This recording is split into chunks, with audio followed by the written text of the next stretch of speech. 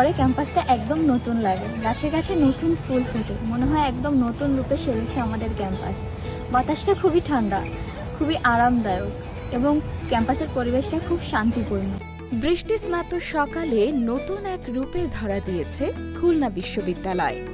সবুজে ঘেরা ক্যাম্পাস জুড়ে এখন রঙের এক উচ্ছল উৎসব। ফুটেছে কৃষ্ণচূড়া, মাধবচূড়া, চিরবসন্ত, সোনালু আর টগর।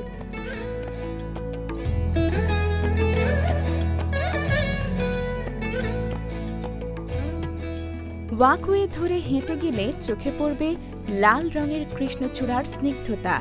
অনিকেত প্রান্তর, প্রশাসনিক ভবন, হাদি চত্বর আর ক্যাফেটেরিয়ার চারপাশে ফুটে আছে সূর্যমুখী, পদ্ম আর লাল শাপলা, যেন প্রকৃতির নিপুণ তুলিতে আঁকা ছবি।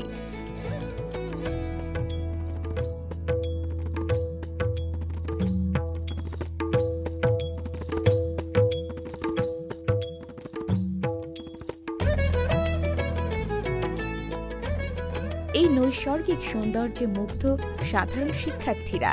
কেউ হাঁটছেন একা, কেউ বা বন্ধুর সঙ্গে ছবি তুলছেন এই রঙিন পটভূমিতে।